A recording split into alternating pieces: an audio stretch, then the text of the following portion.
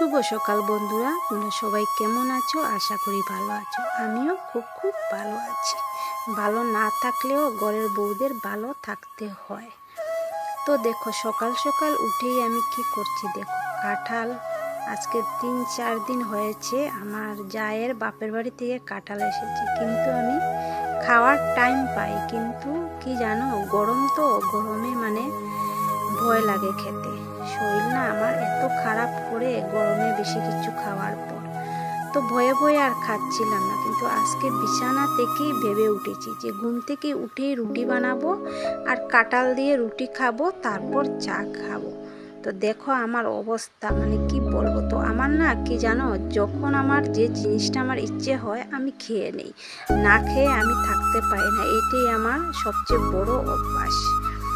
তো তারপরে কি করলাম দেখো, চাটা খেয়ে তারপর তোমাদের সামনে চলে আসলাম একটু বক বক করতে। আর পরে বয়স দিচ্ছি কেন জানো, যখন না আমি ক্যামেরার সামনে কথা বলি তখন মানে আমার কথা, মানে আমার আওয়াজগুলা না এত বাজে লাগে, আমার নিজেরই মানে হাসি পায়, নিজেরই মানে হাসি লাগে যে আমার বয়সটা এত বাজে। তার জন্য কী করি জানো, পরে আমি বয়সটা দিই। তো পরে বয়সটা যখন দেই তখন মোটামুটি একটা নর্মাল টাইপেরই থাকে বয়সটা, কিন্তু যখন আমি ক্যামেরার সামনে কথা বলি তখন কি লাগে জানো, মানে মানুষ না আমার আওয়াজ শুনে বুঝবে, বা তোমরা যে আমার আওয়াজটা শুনো তোমরা বুঝবে কি জানো, যে মনে হয় অনেক ঝগড়াটে হবে, এই লোকটা মনে হয় অনেক ঝগড়া করে, মানে আওয়াজে আর কি।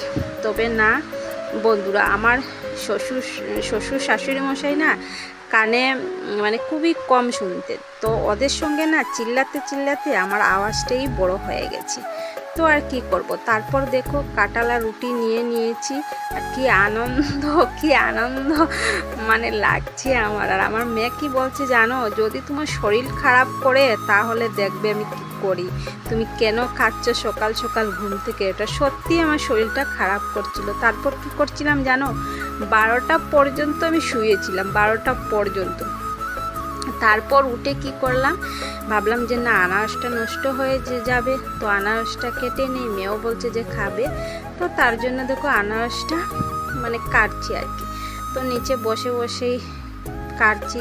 তারপর দেখবে আমি না নিচে বসলে পরে উঠতে আমার অনেক কষ্ট হয়, আমি খুব কষ্টে কিন্তু উঠি।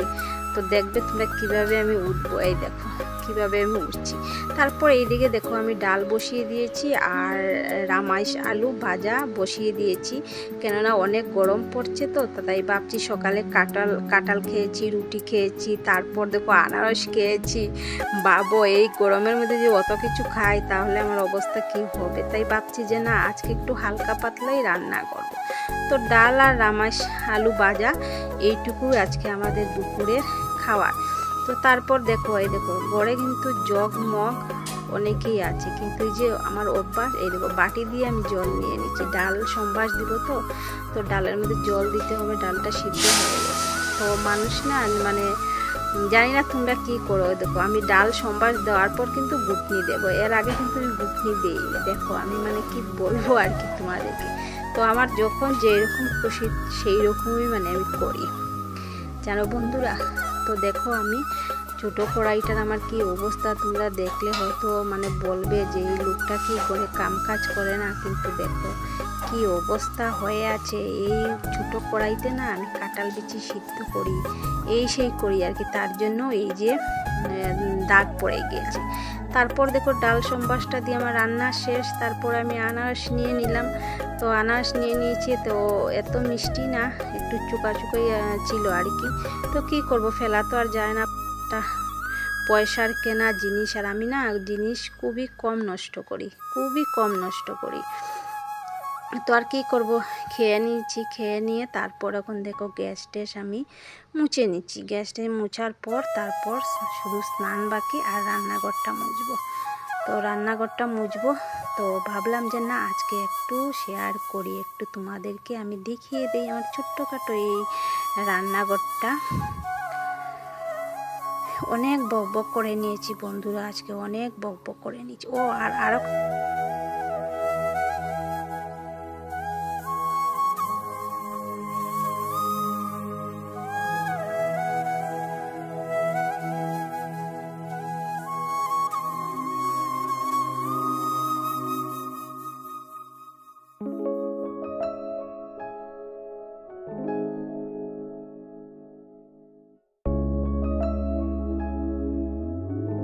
তো দেখো এই যে এখন সন্ধ্যার সময় নিয়ে নিলাম কি জানো, সোয়াবিনের পকোড়া। তোমরা হয়তো হাসতেও পারো, কিন্তু খেতে না অনেক দারুণ হয়। একদিন শেয়ার তোমাদের সাথে অবশ্যই করব। তো সন্ধ্যার সময় চার পকোড়া নিয়ে বসে গেলাম। তো বন্ধুরা, আজকের মতো ভিডিওটা এই পর্যন্ত। যদি ভালো লাগে একটা লাইক শেয়ার কমেন্ট করে দিও। কাল আসছি নতুন একটি ভিডিও নিয়ে তোমাদের সামনে। তো আজকের মতো টাটা বাই বাই, সবাই ভালো থাকো, সুস্থ থাকো।